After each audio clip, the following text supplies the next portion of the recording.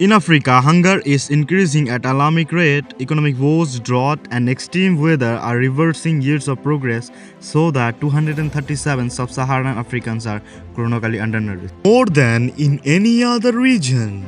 In the whole of Africa, 257 million people are experiencing hunger, which is 20% of the population. Successive crop failures and poor harvest in Zambia, Zimbabwe, Mozambique, and Angola are taking a toll on agriculture production, and food prices are soaring. A look back at some of Africa's major food crises shows conditions still faced by many Africans today. Poverty, drought, conflict, and environmental degradation due to overgrazing, deforestation, and other types of environmental damages. From 1968 to 1980, a drought in the Sahel region led to 1 million deaths in Mali, Chad, Niger, and Burkina Faso.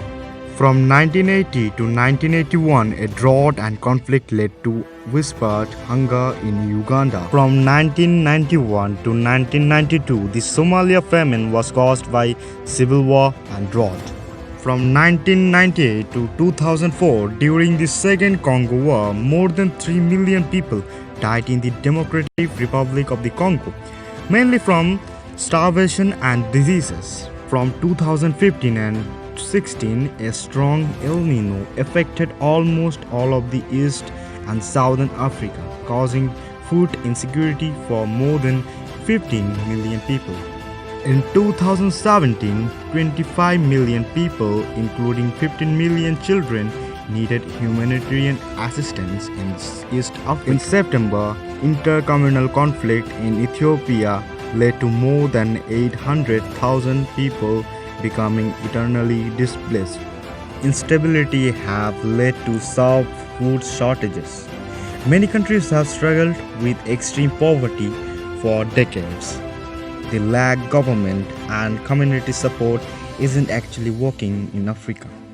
In South Sudan, where people fled their homes because of violence, only few farmers have been able to harvest a crop.